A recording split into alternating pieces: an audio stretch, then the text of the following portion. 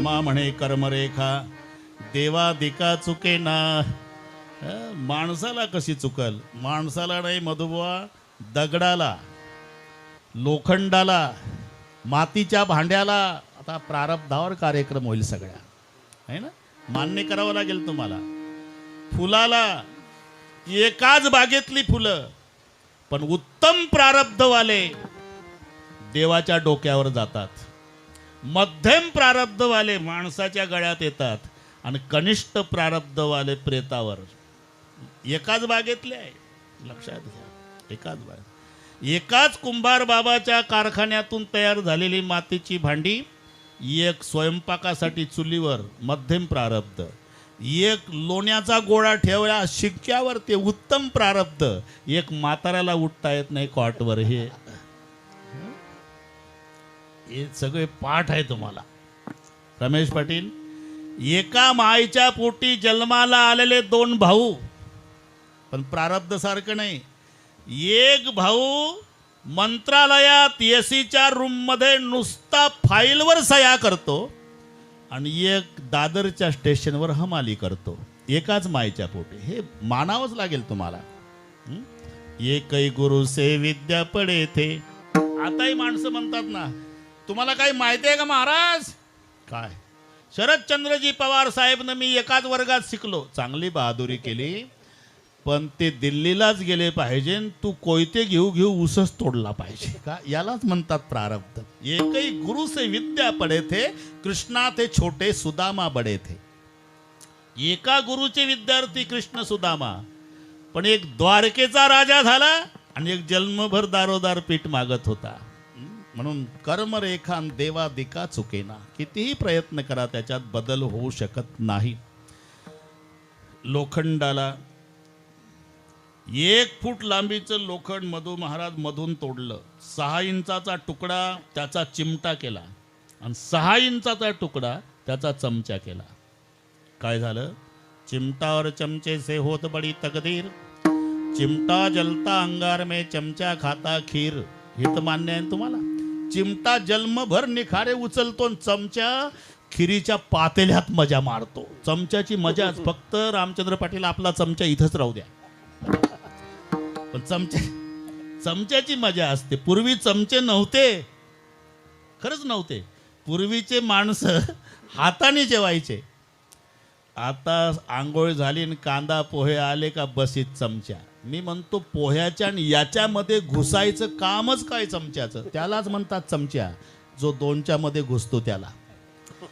नाही तर तोंडाचं काम तोंड करतं, हाताचं काम हात करतं, मध्ये लुडबुडतं, त्याला चमचा म्हणतात. चिमटा और चमचे से होत बडी तकदीर, चिमटा जलता अंगार में और चमचा खाता खीर. हे लोखंडाला प्रारब्ध आहे.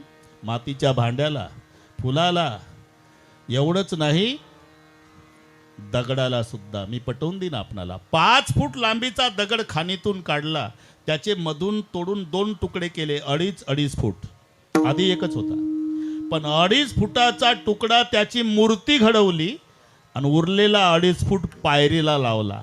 काय झालं? ज्याची मूर्ती घडवली तिथं माणसं डोकं टेकवतात आणि ज्याची पायरी केली तिथे लाता ठेवतात. बोला. पाषाण देवा पाषाण पाय,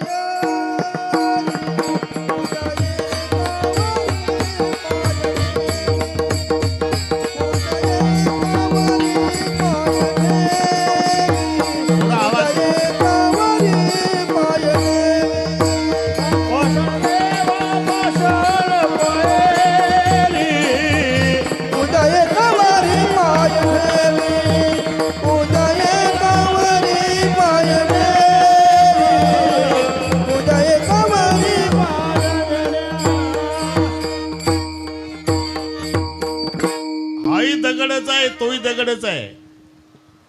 पण एकाची पायरी केली, एकाची मूर्ती केली. प्रमाण म्हटलं महाराजांनी, बरोबर, योग्य. पाषाण देव पाषाण पायरीन पूजा, एकावरी पाय ठेवी. जे सहन करतं ना त्याचा देव होतो. थोडंसं लक्ष द्या माझ्याकडे. जो पत्तर, आलं लक्षात?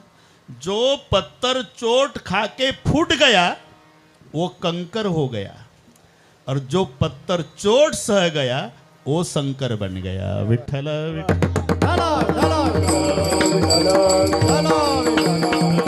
हे दगडाला प्रारब्ध आहे, लोखंडाला प्रारब्ध आहे, मातीच्या भांड्याला आहे, फुलांना आहे, प्रेताला सुद्धा. प्रेताला एक प्रेत पाटील येड्या बाबळीजवळ रोडच्या काठाला कुत्रे भोवताल बसून पोलीस पंचनाम्याला 3 दिवस बेवारस. हे प्रारब्ध. आणि एक प्रेत जसा नवरदेव सजवला म्हणाल कोणी, आणि लाखो माणसं प्रेत यात्रेला. हे प्रारब्ध. किसी की लाश पर फुलों की लड़ी है, तो किसी की लाश बिगर कफन की पडी है. म्हणून जिथं प्रेताला सोडलं नाही तर जिवंत माणसाला कसं. याचे आहे, बरोबर आहे, बरोबर करतो मी, काळजी करू नका. 3 हे कर्माचे 3 विभाग आहे. एक प्रारब्ध, एक क्रियमान आणि एक संचित. हे कर्माचे 3 प्रकार आहे.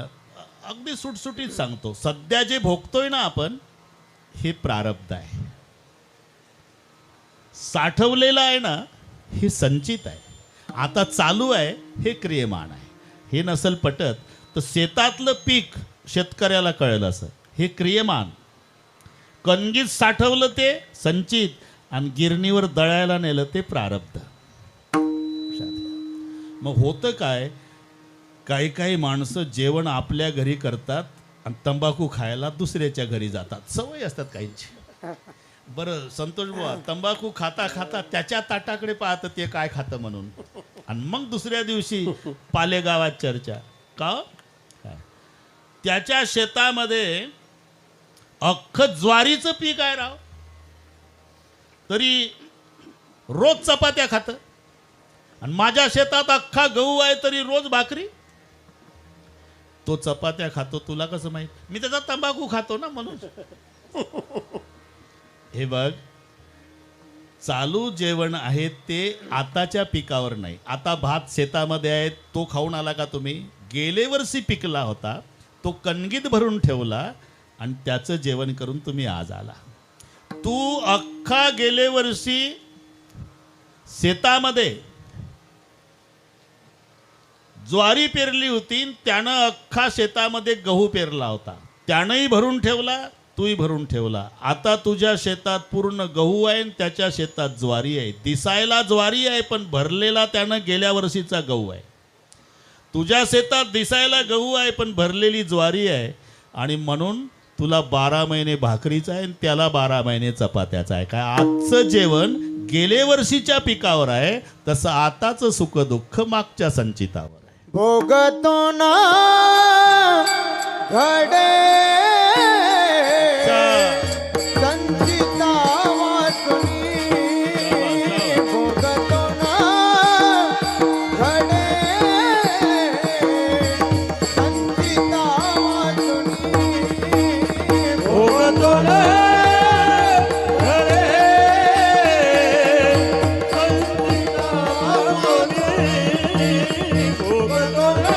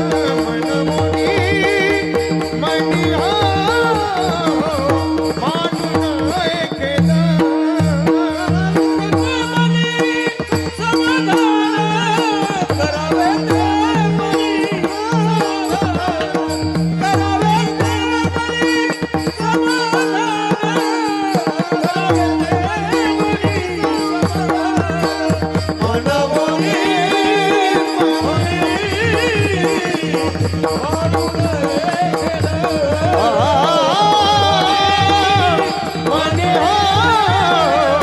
म्हणून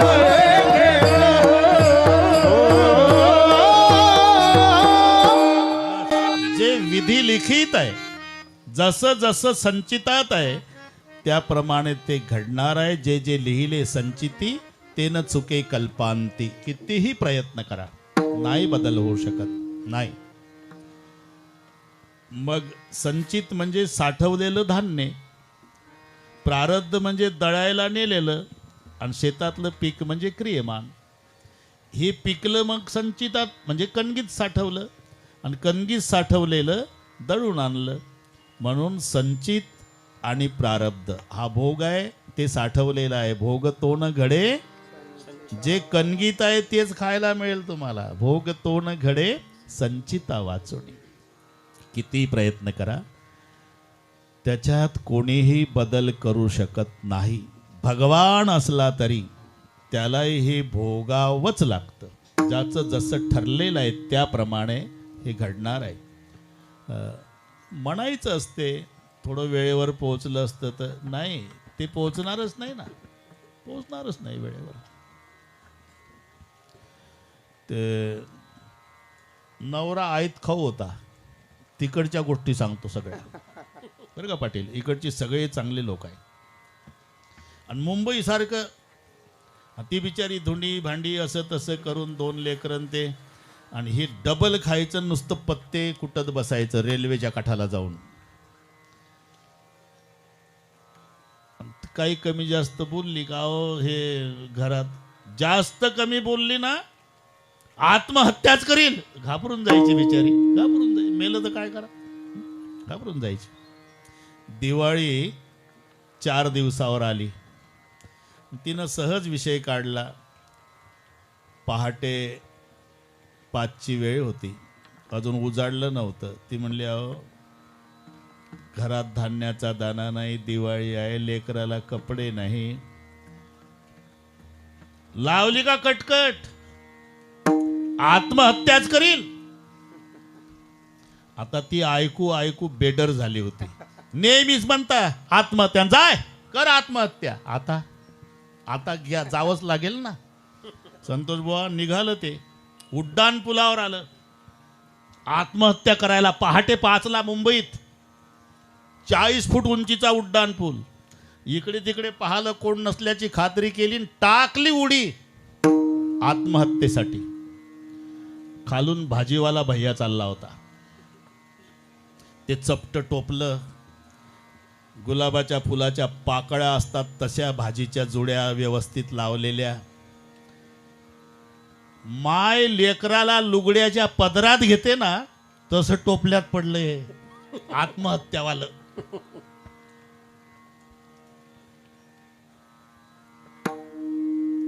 ते नाही मेलं, भाजीवालं मेलं. बरं ते घरून, बरं पाटील, घरून सांगून आलं होतं मुलांना, काळजी करू नका बाळांनो, आज जेवढ्याची भाजी विकल्या जाईल ना तेवढ्याचे फटाकेच आणतो. त्याचे लेकरं खुश होते, पप्पा फटाके आणणार. ते पुलाखाली मेलं.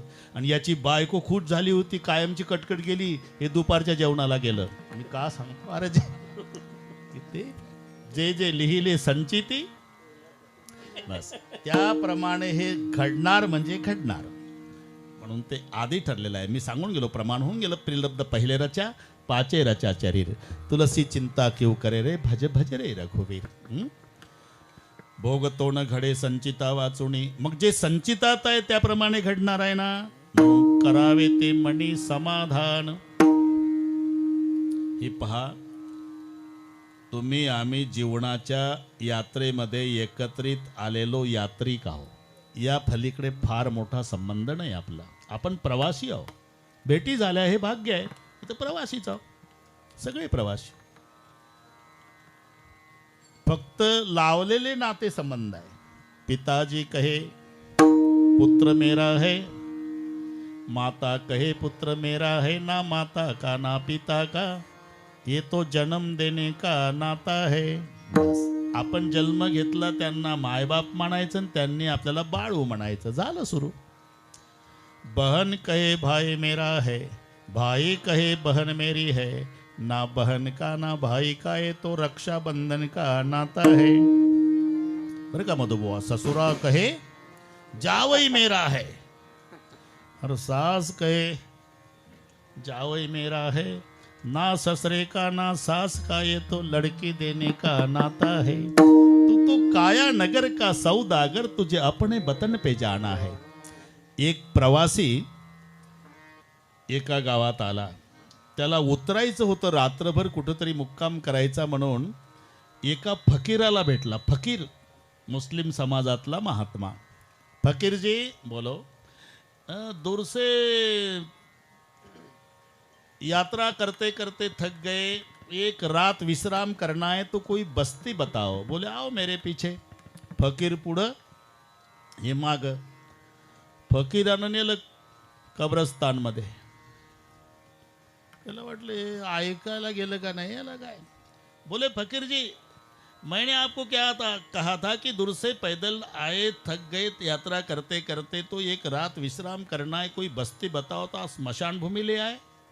बोले गधे, बस्ती बस्ती क्या बकवास करते हो, वो तो धर्मशाला है, कुछ दिन रहना पड़ता है, आखिरी का पूरा निवास कब्रिस्तान होता है.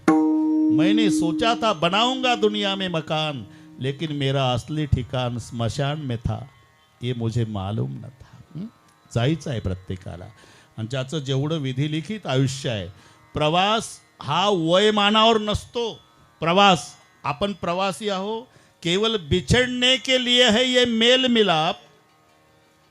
आता तुम्ही 7 ते 9 कीर्तनाला आले गोंधळी बाबा. कशासाठी? कीर्तन ऐकासाठी आम्हालाही कळतं, पण 9 वाजल्यानंतर आपल्या घरी जाण्यासाठी. नायलनच्या दोरीनं जरी बांधून ठेवलं ना महेशनं तुम्हाला, तरी दोऱ्या तोडून घरी जाल तुम्ही. केवल बिछड़ने के लिए है ये मेल मिलाप, एक मुसाफिर हम है, एक मुसाफिर आप. म्हणून हा प्रवास आहे. तुम्ही आम्ही. एक कल्पना करा, पालेगाव म्हणजे एक रेलगाडी आहे. त्या गावातले घरं म्हणजे रेलगाडीचे डबे आहे, आणि घरातले माणसं म्हणजे डब्यातले प्रवासी आहे. मग प्रवास कशावर आहे? वयमानावर, तिकिटावर. नीट ऐका, तिकिटावर आहे. ज्याचं तिकीट जिथे संपतं तिथे त्या प्रवाशाला उतरावं लागतं. मग तिकीट संपल्यावर तो प्रवासी उतरतोच ना. हो.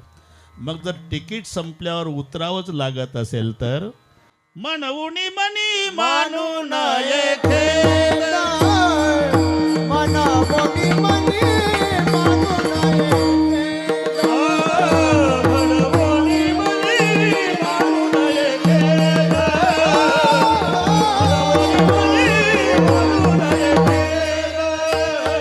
मना मोनी मनी मानू नये खेळ. मना मोनी मनी मानू नये खेळ. मनवुनी मनी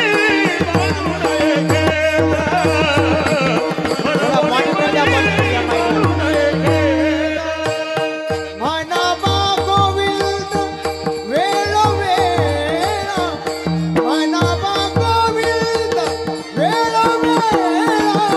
मना मोनी मनी मानू नये खेळ. मना मोनी मनी मानू नये खेळ.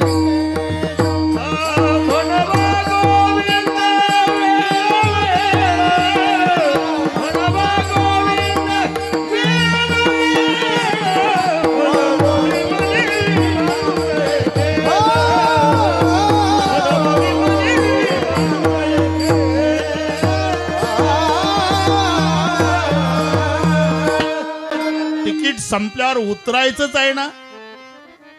हो. मग उतरायचं जर निश्चित झालं तर उतरल्याबद्दल दुःख. आता हे बोलणं सोपं आहे महाराज, ज्याच्यावर बितली त्याला विचारा. बोलणं काय. दुसऱ्याच्या घरी प्रेत पडल्यानंतर तंबाखूला चुना मळून माणसं समजूत काढतात. कशाला रडता नानी, नाशिवंत देह जाणार सकळ. तिथं हिच्या घरी नाही आठवत तो अभंग, दुसऱ्याच्या घरी. अरे ज्याच्यावर दुःख कोसळलं त्याला विचारा. हं? आज घराचा कर्ता पुरुष गेला भगवान राव. कर्ता पुरुष गेला. काय वाटत असेल त्या आशाबाईला, महेशला, त्यांच्या बंधूला. अरे पैशानं सर्व मिळेल तुम्हाला, भावाची खरेदी होत नाही, लक्षात घ्या. शांतारामजी, विश्रामजी यांचा पाठीराखा गेला का नाही? भावाची खरेदी. जिथं रामचंद्र नापास झाला हो, म्हणजे पाटील नाही आमचे, रामचंद्र भगवान, शक्ती लागली भावाला, देवाचं सांगतो मी, लक्ष्मणाला मांडीवर घेतलं, डोकं, सगळे रामायण पाठ आहे तुम्हाला. आणि जे रडायला सुरुवात केली, कोण? जगाचे अश्रू पुसणाऱ्यानं. जिथं देव फेल गेला आणि डोक्याहून हात फिरवू लक्ष्मणा, अगाध बंधुपणाची सीमा तुवा दाविली सख्या उत्तमा, माझा निवविला अंतरात्मा एवढा प्रेमा वाढवला, मज लागी नवमास कष्टलास. रामचंद्र म्हणतात, त्या गुणी राजभोग विलास, सेवा केली 14 वर्ष निराहार राहोनिया, नाही आठविली माता पिता सुतदारा, वैभव विषया लागो तिला नाही थारा, इंद्रिय जीत धैर्य पुरा, ऐसा बंधू दुर्लभ. जिथं भगवान रामचंद्र नापास झाला तर मग शांतारामजी आणि विश्रामजीचं काय? कारण पैशानं मित्र मिळतात. पैसा असेल ना तर मित्राला बोलवावं लागत नाही. मधुबुवा बरोबर जवळ येतात गुटख्याची पुडी खायला. पैसा पाहिजे.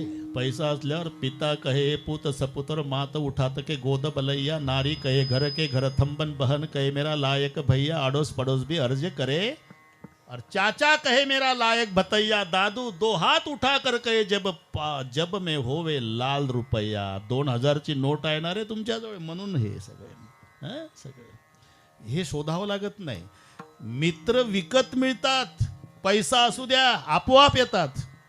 भावाची खरेदी होत नाही, आणि भावाचं प्रेम मित्र देऊ शकत नाही. एका माईच्या पोटातून आलेले असतात.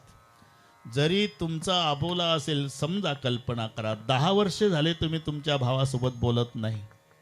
तुमची परिस्थिती चांगली आहे, त्याची खालावली आहे, तुम्ही दोघंही स्टँडवर, तो एका कोपऱ्यात उभा आहे, त्याच्याजवळ तिकिटाला पैसे नाही रमेश पाटील, तो दुसऱ्याची हनवटी धरतो स्टँडवर, मला 50 रुपये द्या गावाला जायला, आणि हा भाऊ कांजीच्या कपड्यावाला 5-25 मित्रांना 200 रुपयाच्या गुटख्याच्या पुड्या खाऊ घालतो. एवढ्यात जर तुम्हाला कोणी आईवरून शिवी दिली, मित्रांना वाईट वाटत नाही. ते गुटख्याच्या पुड्या चघळण्यासाठीच टोळका आलेला आहे. त्यांना माहिती आहे याची आई वेगळी, आपली आई वेगळी. पण 10 वर्ष झाले बोलत नाही तुम्ही भावासोबत.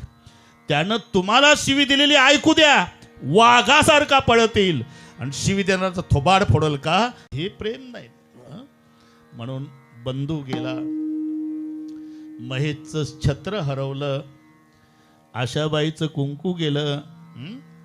मला तो प्रसंग आठवतो. चितेवर प्रेत ठेवलं राजा दशरथाचं. 1च मिनिट घेतो. काहीला वाटतं बाबा रामायण सुरू केलं म्हणजे हे जातंय का अर्धा तास. तो माझा विषयच आहे, पण अभंगाला धरून विठ्ठल. आणि चितेवर प्रेत ठेवल्यानंतर ही 2 मंडळ, आता राजा होता आणि नुसतं त्या प्रेताकडे पाहिलं न समाजाने ढसढसा रडायला सुरुवात केली. का?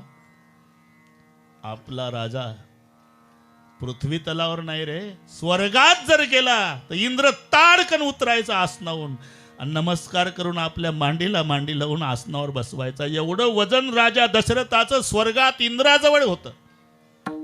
आणि त्याच्या प्रेताकडे पाहू पाहू सगळे रडू लागले. वसिष्ठांनी शांत केलं, भाषण सुरू केलं. देखो भाई, पिताजी रोने लग गए तो समझ लेना बुढ़ेपन की लाठी चली गई, माँ रोने लग गई तो समझ लेना वारिस गया, पुत्र रोने लग गया तो समझ लेना छात्र समाप्त हुआ, पत्नी रोने लग गई तो समझ लेना सुहागन विदुर हो गई. बहन रोने लग गई तो समझ लेना रक्षाबंधन का त्योहार समाप्त हो। आज भाई पुत्र बहन माता पिता नहीं, पूरी अयोध्या रो रही। इसका मतलब अयोध्या का सूर्यास्त हो गया। अगदी तसं झालं। नुसतं घरापुरतं नाही, सगळ्या पालेकरांना वाटत होतं भगवानरावनी फार वर्षे राहावं। पण होतं काय रमेश पाटील, सज्जनाला आयुष्य कमी असतं आणि दुर्जन लवकर मरत नसतं। ज्ञानेश्वर महाराजची गरज होती समाजाला, तर 22व्याच वर्षी निरोप घेतला। मान्य आहे ना तुम्हाला? तुकोबारायची गरज होती, तर 42 वर्ष जगात निरोप घेऊन निघून जातात। सज्जन त्याची गरज आहे आणि त्याच्यासाठी समाज वैतागला। अख्खा तालुका सत्यनारायण घालायला तयार आहे। एवढी कटकट जाऊ द्या, ते प्रत्येकाच्या दाव्याला हजर असते। उलट आहे, उलट आहे। विधी लिखित जे आहे त्याप्रमाणे घडत असतं। मग बोलणं सोपं आहे महाराज। त्या घरात जी पोकळी निर्माण झालेली असते ती भरून निघत नाही।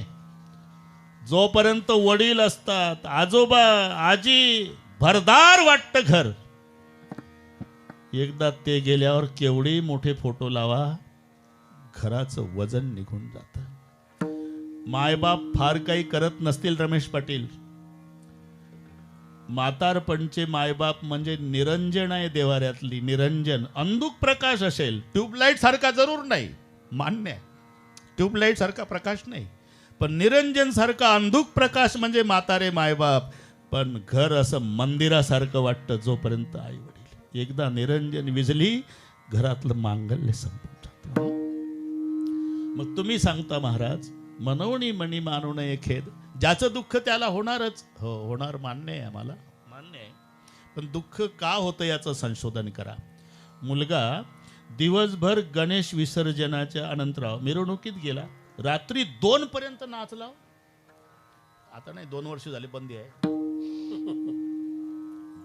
2 पर्यंत नाचलं ते रात्रीच्या गणेश विसर्जनाच्या मिरवणुकीमध्ये। रात्री आलं, खेड्यातला प्रसंग, आणि झोपलं तर ते रडायला लागलं, कारण त्याच्या पायाला जखम होती, ती चिघळली होती, पाय ठणकत होता, वेदना सहन होईना। त्याची माय रागावली। ते मोलमजुरी करणारा दिवसभर कबाड कष्ट करतो आम्ही, रात्रीचा झोपू देत नाही, झोप ना आता। तुम्हाला त्रास द्यावा ही इच्छा आहे का ग आई माझी? मग का रडतो? माझ्या पायाची जखम चिघळली ग, त्या वेदना सहन होत नाही। असं कर बाळू, काय त्या जखमेकडे लक्षच देऊ नको। तो म्हणला, मम्मी कितवी शिकली होती तू?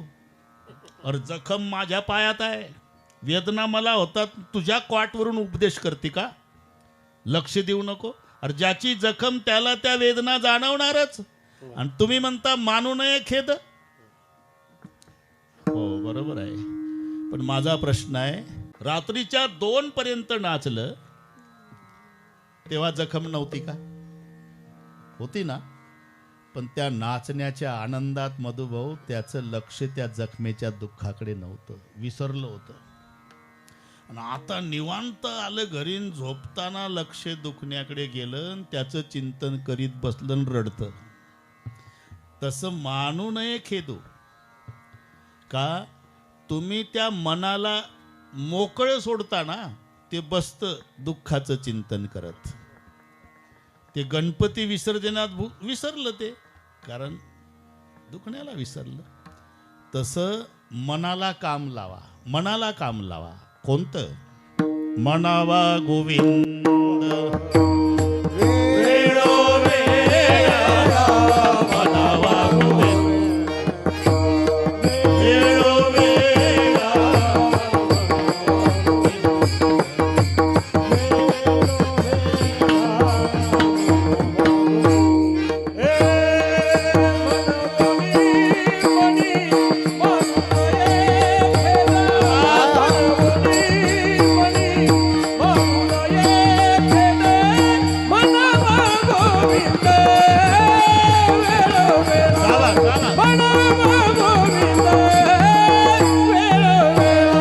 मनमोनी मनी मानू नये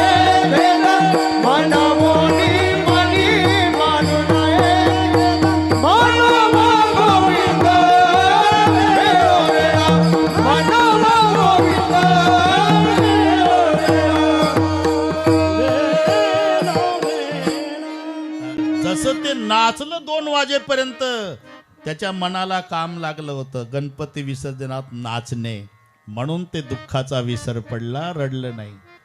आता निवांत बसलं, जखमेकडे लक्ष मन चिंतन करत बसलं ना, आता रडतं. तसं तुम्ही मनाला मोकळे सोडताना मग ते मागचं सगळे आठवतं. माझे आजोबा होते, माझी आजी होती, माझे पप्पा होते. रिकाम मन सैतानाचं घर म्हणतात. त्याला काम लावा. कोणतं?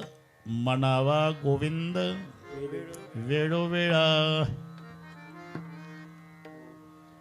तुम्ही पहा, संसार म्हणजे ओतप्रोत भरलेलं दुःख आहे. ओतप्रोत. आणि त्या दुःखाचा विसर पडण्याची ताकद गोविंदाच्या नामात आहे.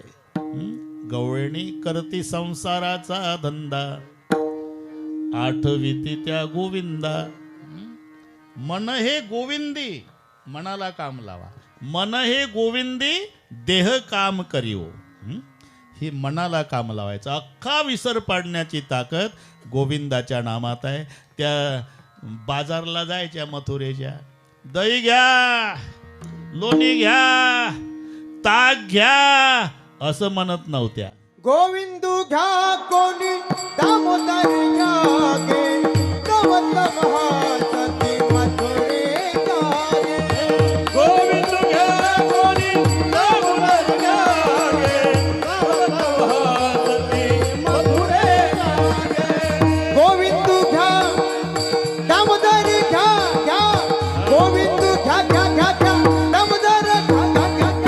गोविंदू घ्या कोणी दामोदर घ्या गे, गवत महासती मथुरे जागे. दुडीवारी दुडीवारी दुडीवारी दुडी गवळणी राधे निघाला, दुडीवर दुडी गवळणी राधे निघाला, दुडीवर दुडी गवळणी राधे निघाला, दुडीवर दुडी गवळणी राधे निघाला, राधे निघाला,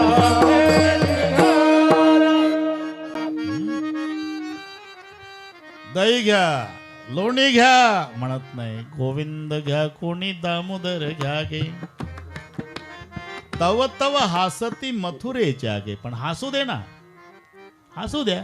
तुका म्हणे हासे जना, तुका म्हणे हासे जना,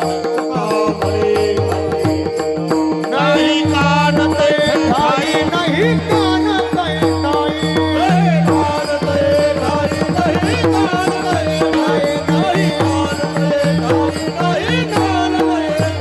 तुका म्हणे हासे जना, नाही कानत ठाई हो, नाही कानत ठाई, नाही कानत ठाई.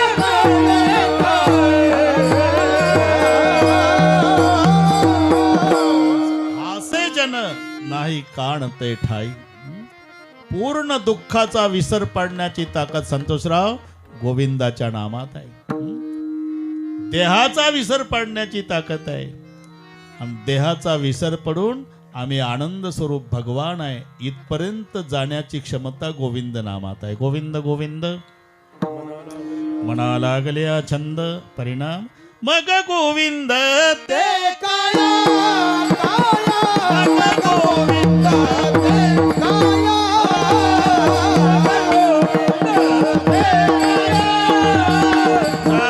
गोविंद ते काया, मग गोविंद ते काया काया, गोविंद ते काया, गोविंद ते काया, गोविंद ते काया.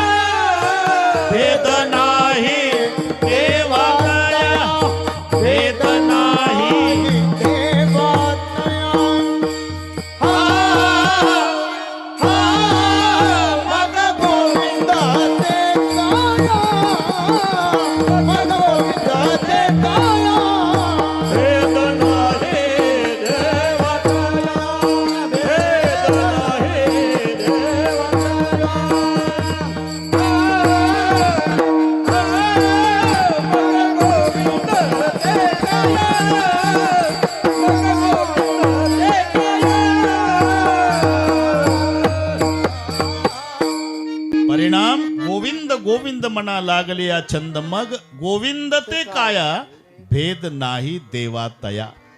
मग देव कसा आहे? सुखरूपाईसा तुझा कोणी सांगा. म्हणजे पूर्ण दुःखाचा विसर पाडण्याची ताकद या गोविंदाच्या नामात असल्यामुळे मनवणी मनी मानू नये खेद.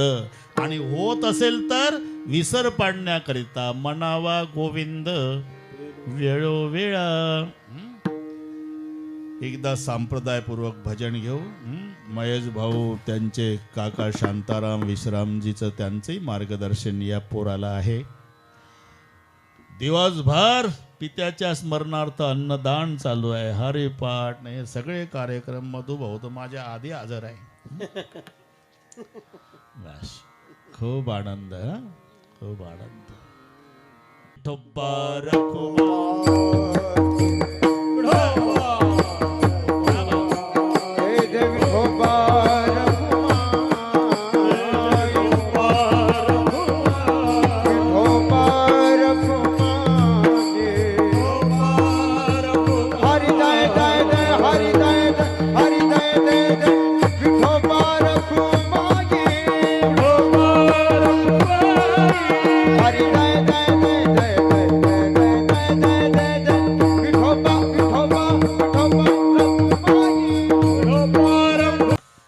भोगतोण घडे संचिता वाचोणी करावे ते मणी समाधान. मनवणी मणी मानू नये खेद. आणि होत असेल तर म्हणावा गोविंद वेळोवेळा.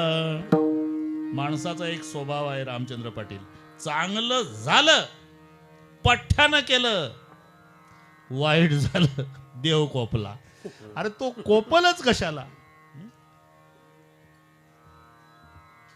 तो कृपेचा समुद्र आहे. तुकोबारायने वाद घालताना लक्षात ठेव देवाला, आपुला तो बोल साच करी का कृपा सिंधू म्हणतील, तुला कृपेचा समुद्र म्हणतात ना. मग कृपेचा समुद्र जर भगवान आहे, अनंतराव तो कोपल कसा? देव कोपला, आमचं देवानं काही बरं नाही नाही, त्याचा नाही दोष, त्याचा नाही. मी असं विचारतो, फाशी देणं हा न्यायाधीशाचा स्वभाव आहे का? अरे फाशी ते लिखाण केल्यानंतर वाईट वाटतं न्यायाधीशाला, या माझ्या हातच्या लेखणीकडून एक जीव गेला आणि ती मोडून फेकून देतो, पुन्हा वापर करत नाही, न्यायाधीशाला वाईट वाटते. मग न्यायाधीशानं फाशी दिली नाही, फाशी कोण दिली? लटकवणाऱ्यानं? नाही. उत्तर शोधा. न्यायाधीशानं फाशी दिली नाही, फासावर लटकवणाऱ्यानं फाशी दिली नाही, गुन्हेगाराच्या गुन्ह्यानं फाशी दिली.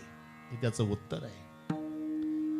तसं आपणाला जे दुःख भोगावं लागतं याला कारणीभूत आपलं कर्म आहे. म्हणून आणि करू सावे अलगे बहुता, आणि करू सावे अलगे बहुता, आणि करू सावे अलगे बहुता, आणि करू सावे अलगे बहुता, आणि करू सावे अलगे बहुता, आणि करू सावे अलगे बहुता, आणि करू सावे अलगे बहुता, आणि करू सावे अलगे बहुता.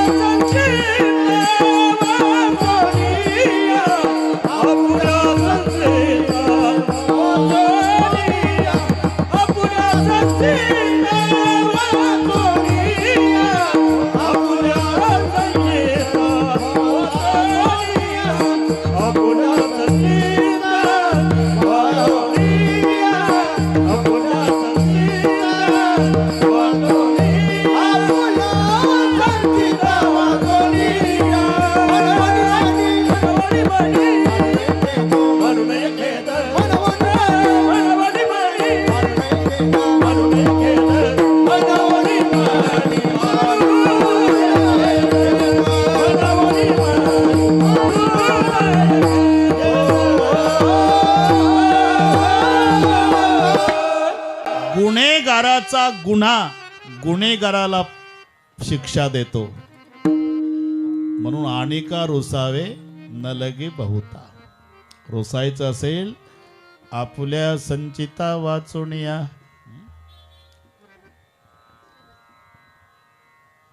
जेव्हा हे मनाविरुद्ध घटना घडतात, दुःखाचा डोंगर जीवनात उभा राहतो, तेव्हा कोणावर चिडायचं नाही. एकांतात बसून प्रश्न विचारायचा.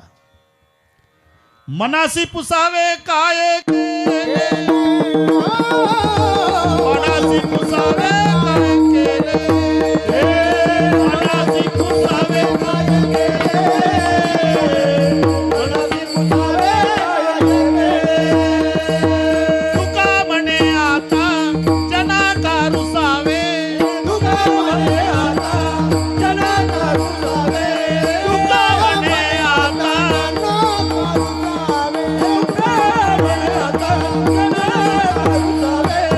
मनासी पुसावे काय केले, मनासी पुसावे काय केले, काय केले, मनासी पुसावे काय केले. तुका म्हणे आता जनाका रुसावे, मनासी पुसावे काय केले. म्हणून आणिका रुसावे न लगे बहुता. रुसायचं असेल तर आपुल्या संचिता. संचिताप्रमाणे सगळे घडतंय ना, म्हणून रुसायचं असेल तर संचित आपुलते. असं सांगतात. रोहिदास महाराज जगन्नाथाच्या यात्रेला निघाले. एकटेच पायी निघाले मधुबा. पायी प्रवास कुठेतरी रात्रीचा आश्रय घ्यावा म्हणून एका वस्तीवर थांबले. त्या गोठ्यामध्ये जागा मिळाली. आपलं भजन केलं. त्या माऊलीनं जेवायला दिलं, जेवण केलं. पण स्वरूपवान होते, सौंदर्य संपन्न होते. म्हणून ती माऊली रात्री 12ला एकटे झोपलेल्या रोहिदासकडे महाराजकडे येऊन विनंती करू लागली. पाय धरले महाराजांनी त्या मावशीचे. जायव तू माते न करी सायास, आम्ही विष्णुदास तैसे न हो. तिच्या लक्षात आलं घरात माझा पती आहे ना, म्हणून हे घाबरत असेल. कोयता घेतला आणि पतीचं झोपतच तोडलं मुंडकं त्या बाईनं. रक्ताळलेला कोयता. आता दोघंच आहोत आपण. मारला पती. म्हणले आमचं ठरलंय परावी या नारी रकमाई समान. असं पोलीस स्टेशनला जाते मी की रात्री एक प्रवासी आमच्याकडे उतरला आणि त्यानं माझ्या पतीचा खून केला.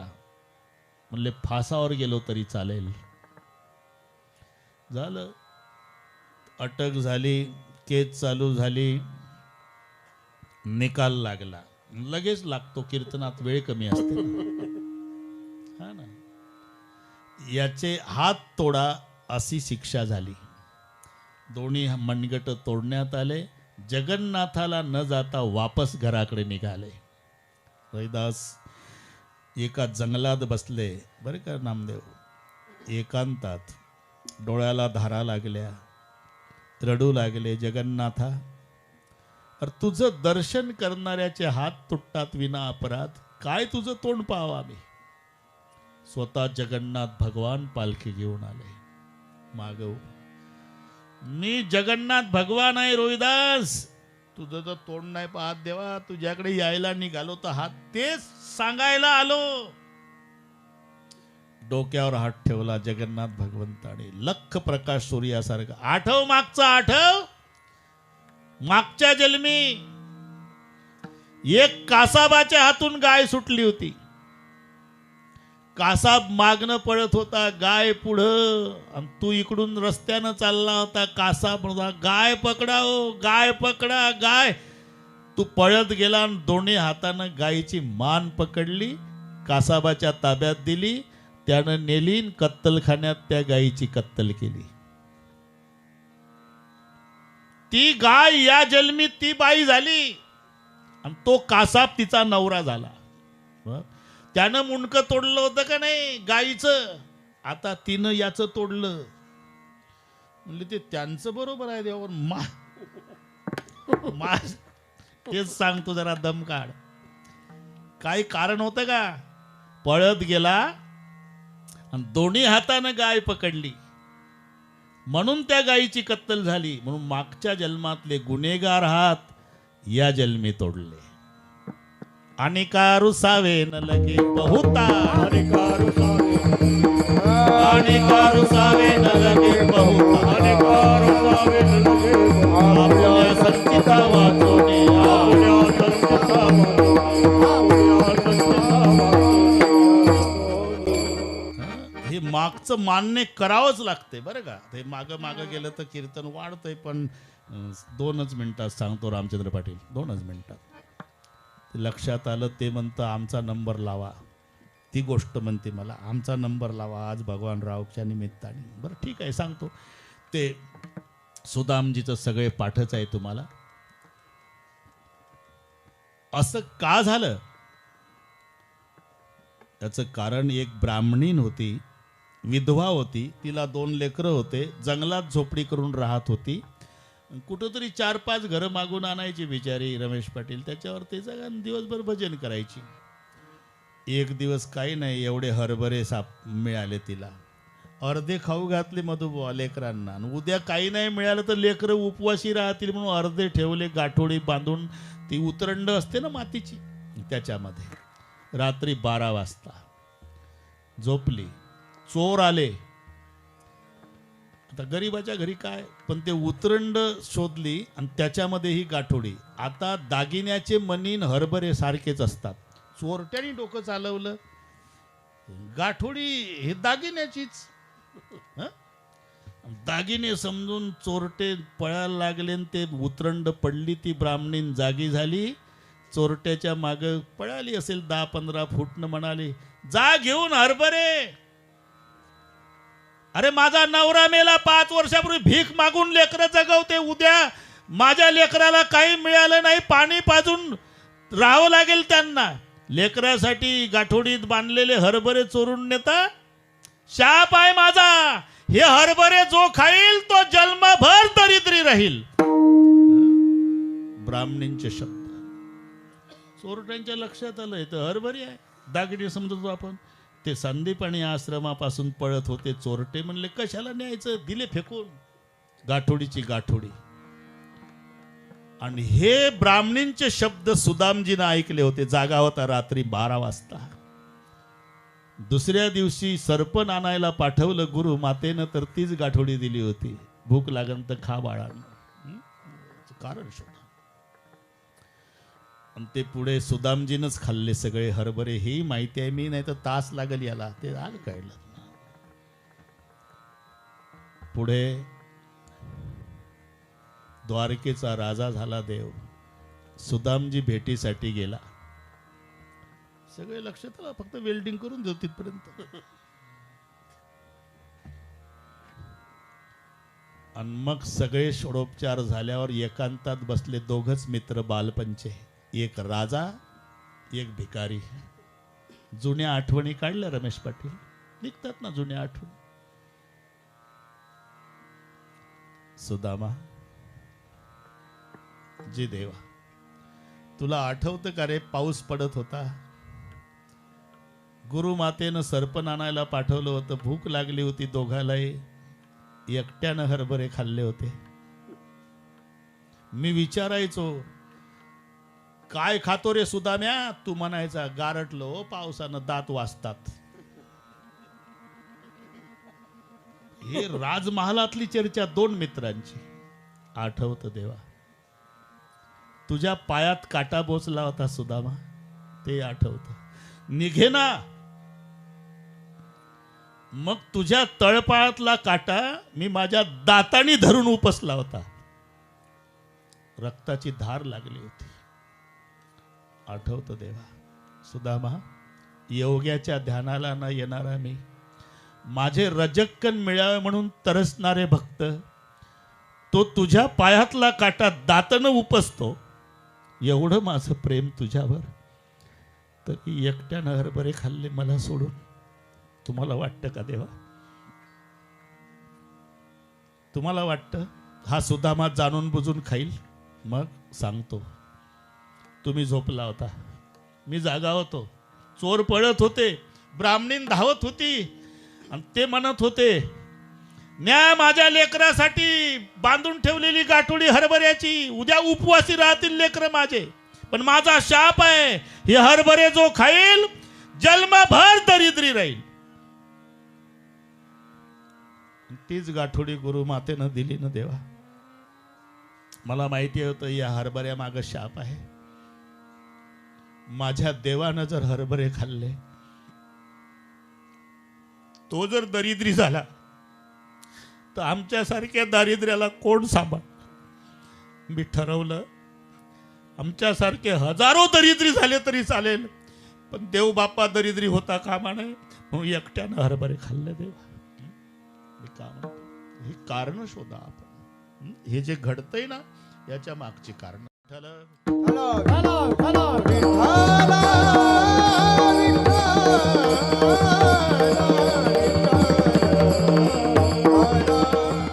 म्हणून मी दारिद्र्य अवस्था भोगली देवा. सगळे लोक सांगायचे तुझा मित्र द्वारकेचा राजा झाला, जा मदत मागायला, तरी मी येत नव्हतो का. याच्यात माझ्या देवाचा काही दोष नाही. मी हरभरे खाल्ले ज्याच्या मागे शाप होता, म्हणून मी तुमच्यावर रुसलो नाही देवा जन्मभर. अनेका रुसावे न लगे बहुता, रुसलो ते माझ्या संचितावर. आपुल्या संचिता वाचून या. कारण एक माझ्याकडे देवानं खातं दिलं. हसवणारे कोट्यावधी महाराज आहे, रडवायचा कार्यक्रम मला दिला एकट्याला. विठ्ठल. आता आम्ही काय करावं, फक्त एवढंच म्हणावा गोविंद वेळोवेळा. त्याचं नाम घेणे, त्याचं नाम घेणे म्हणजे जबाबदारी टाकणे असा त्याचा अर्थ होतो. हे नसेल पटत तर ते नसतं का पाटील. आता हे तर आमचे वारकरीच पाटील आहे सगळे. पंढरपूरला त्याची बायको अनंतराव माग असते पुस्तकाचं बंडल घेऊन चंद्रभागेच्या वाळवंटात, आणि तो पुढं गळ्यात हार्मोनियम त्याच्या, ते पुढं म्हणतं हे माग. 7व्या दिवशी 6वीचा फेरा, गोपी बाळा तिनं जपून धरा, निज त्या वेळेला आंघोळा करा, जो बाळा जो रे जो. मग ही मागणं म्हणते शिवाजीचा पाळणा. दुकान किंमत 20 रुपये, फिरतं दुकान, आणि त्यांच्याजवळ तेही पुस्तक असते. पत्नीने पतीचे नाव घ्यायचे पुस्तक. ते अवसानात बोलतात ना, ते गिराईक लागलं पाहिजे. किंमत 40 रुपये. मग गरजू लोक आणतात, त्याच्यात जसं आहे तसं पाठ केलं जातं. मोत्याचा पाऊस, सोन्याच्या धारा, राव निघाले लढाईवर, अब्दागिरी धरा. पुस्तकात जातं दुष्काळी रोडवर आणि निघाले लढाईवर, आणि अब्दागिरी खोरण टोपलं कायम डोक्यावर. असं नाटकी नाव पत्नी एकदा घेते. गोंधळी बाबा, एकदा पत्नी नाव घेते तर तिचा पती त्या बदल्यात तिचा जन्मभर सांभाळ करतो. हे तर मान्य आहे ना. मग पत्नीचं एकदा नाव घेण्यामध्ये पती जर जन्मभर सांभाळतो, तर जन्मचा जन्म भगवंताचं नाम घेणारे भक्त, मग तो भगवान काय झोपा काढतो का. तुझी चिंता त्यासी सर्व आहे,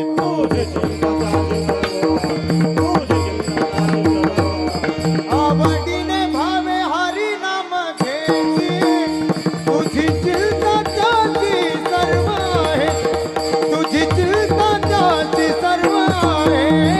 आवडीने भावे हरी नाम घ्यायची, तुझी चिंता त्याची सर्व आहे,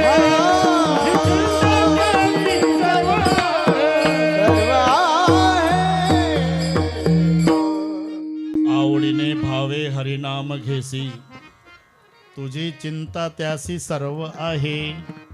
म्हणून नाम घेणे म्हणजे जबाबदारी टाकणे, म्हणजे भार घालणे. लक्षात घ्या, लक्षात घ्या. काही करू नका. आलो मी बरोबर तिथं. वेल्डिंग कसं कुठं चाललं हे तुम्हाला माहिती आहे. द्रौपदीला ओढत आणलं सभेत, बरं का मधुबा. तेव्हा तिनं सर्वांच्याकडे पाहिलं. वेळ कमी असल्यानं सर्वांच्याकडे पाहिलं. 5 पतीनं सुद्धा सहकार्य केलं नाही. आपल्या बाहुबलानं रक्षण करण्याचा प्रयत्न केला, पण अबला. मग 4 मिनिट 9ला कमी असताना फोन लावला द्रौपदीनं. हॅलो, गोविंद द्वारकावासी. धावला, लगेच आला. वेळ कमी असते ना. ते सर्व सर्व पाठ आहे तुम्हाला. आता पुढचं ऐका. 12 वर्षाचा वनवास झाला वनराव पाटील. 12 वर्षाचा वनवासात गेल्यावर भेटीला दोघं गेले. कसं राहतात, काय खातात हे बघण्यासाठी. कोण? तिचा भाऊ, त्याचं नाव दृष्टद्युम्न, आणि जगाचा बाप श्रीकृष्ण. हे नीट ऐका. दोघं वनवासात पांडवांना भेटण्यासाठी. चोपडं होतं, मृगाजीन घातलेले, आणि जसे आपले सख्खे भाऊन जगाचा बाप पाहला, द्रौपदी पळत आली, जंगलात देवाच्या गळ्याला बिलगली. वैभव आठवलं नसेल का हो मागचं? रडू लागले. आणि रडता रडता द्रौपदीचे प्रश्न आहे. देवा, कथम नु भार्या पार्थानाम, महाभारत, तव कृष्ण सखी विभो, दृष्टद्युम्नस्य भगिनी सभाम कृषित मादृशी. तिचे प्रश्न आहे. अर्जुनासारख्या वीराची मी बायको आहे. कथम नु भार्या पार्थानाम, जगाच्या बापाची सखी आहे. तव कृष्ण सखी विभो, आणि हा माझा भाऊ महारथी आहे. एकटा अनेक रथ्यांसोबत लढाई करतो. त्याची मी सख्खी बहीण आहे. 10,000 हत्तीचं बळ असलेला हा भीम. मला माहिती आहे देवा, जगामध्ये 3 जण गांडीव धनुष्यावर बाण लावू शकतात. 3. एक श्रीकृष्ण, एक भीम आणि एक अर्जुन. हे गांडीव अर्जुनाकडे आहे. तरी यांनी अजून ते 100 जिवंत ठेवावे. धिक बलम भीमसेनस्य धिक पार्थस्य धनुष्मताम, यो माम विप्रकृताम शूद्रन मर्शयताम जनार्दन. रडू लागले. मला त्याचं वाईट वाटत नाही देवा. तुला कळत नव्हतं का की माझ्या द्रौपदीला आता हे ओढत आणणार आहे? द्रौपदी, जुगार खेळायला बसले तुझे मिस्टर. त्याच दिवशी कळालं पुढे काय होणार आहे. मग तू का नाही आला? इतका उशीर का लावला? त्याचं कारण आहे, माझ्यावर जबाबदारी टाकल्याशिवाय मी त्याच्या प्रकरणात लक्ष घालत नाही. जबाबदारी टाकली नाही, मी होतो ना तिथं. पण खरं सांग, इमानदारीनं ओढत आणल्या माझी आठवण आली का तुला? त्या म्हाताऱ्या भीष्माकडे बघत होती, त्यांनी लक्ष घातलं नाही. मग द्रोणाचार्याकडे बघितलं, त्यांनी खाली मान घातली. कृपाचार्याकडे पाहिलं. तुझ्या 5ही बुवानं खाली माना घातल्यावर स्वतःच्या बाहुबलानं रक्षण करण्याचा प्रयत्न केला. अबला नाईलाज झाला. आणि मग 9 वाजता मला मोबाईल केला. मग धावलो. का? माझं ठरलेलं आहे, जबाबदारी टाकल्यावर. तुका मने भार घातली आमारी, तुका मने भार घातली आमारी, तुका मने भार घातली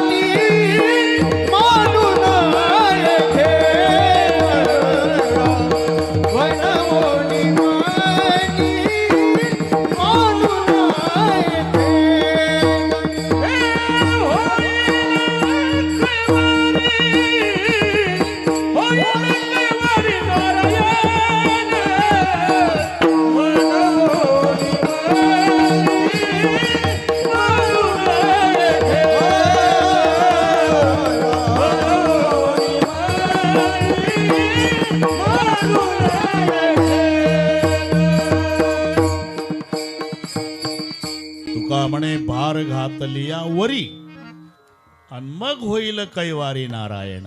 भार घालणे म्हणजे त्याचं नाम घेणे, म्हणावा गोविंद वेळोवेळा. आता ज्यांच्या संबंधाने माझ्यावर प्रेम होतं भगवानरावचं, आईसाठी त्यांनी मला आणलं होतं.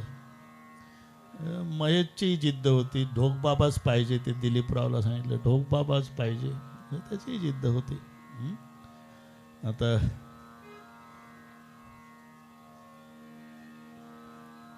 त्याच्यावर फार मोठी जबाबदारी आली. शांतारामजी विश्रामजी त्याचे चुलते आहे, आणि आई आहे बरं का, महेश आई आहे, दैवत आहे. एकदम तो उघडा पडलेला नाही.